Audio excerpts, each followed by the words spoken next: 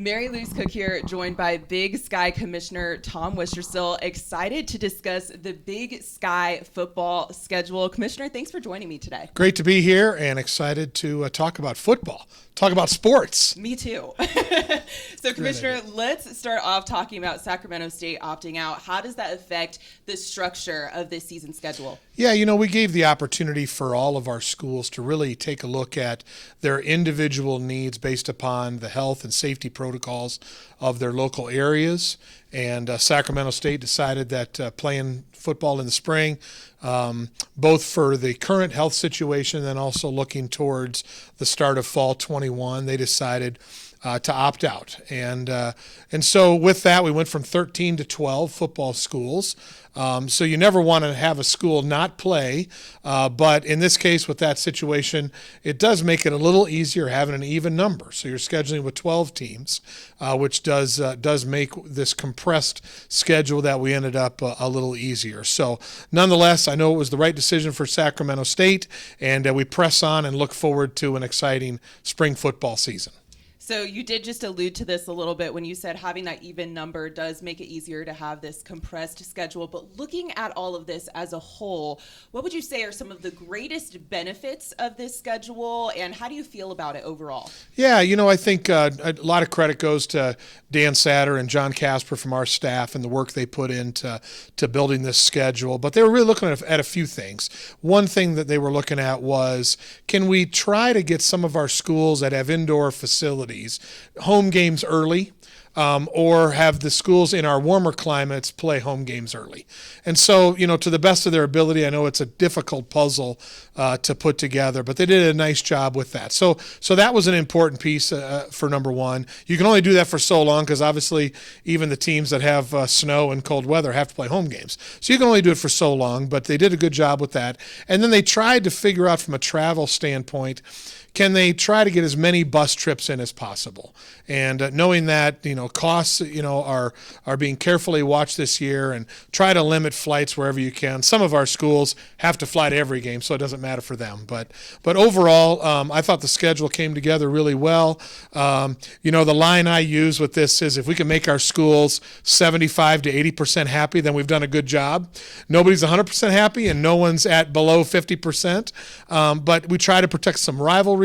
We try to make travel in a meaningful way, and like I said, I think it came together really well, and we'll look forward to the start of it here in a few months. Right, I would agree with that. I do think that it came together really well. Now, looking at the schedule, there are 2 bye weeks. Can you explain why the Big Sky decided to go ahead and do that? Yeah, a lot of discussion amongst our coaches and administrators about the bye weeks, and ultimately our presidents voted in to continue the what was recommended to them with the 2 bye weeks. So the thought was, as you notice what's happening around the country right now at the FBS level, games are getting canceled. Student athletes are testing positive. Contact tracing is causing more of them to sit out, and so games aren't happening. So we wanted to build ourselves some buffer in there with what we hope won't happen, but we want to plan that if it does happen, we have the ability in the first 3 weeks to play 3 games and then have a bye week. And so we would make up a game based upon chronological order of when it was canceled. And so if a game gets canceled in week 1, we can move that to week 4 and play that during the bye week. Then we have a second set of 3 games and then a bye week at the end leading into the FCS playoffs. So we built that buffer in to have for makeup games. We'll wait and see if that happens. The reason that we put most of the rivalry games in the 4th game slot was if those games get canceled, then they would be the first makeup game the last week of the season heading into the playoffs. So best of intentions. We'll see what happens.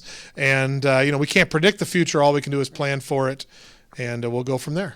In relation to the FCS playoffs, how important was the timing and the structure of this schedule? Yeah, with only 16 teams going into the playoffs this year and 11 automatic qualifiers, there's only 5 at-large spots. So that's going to make it really hard to get multiple teams in.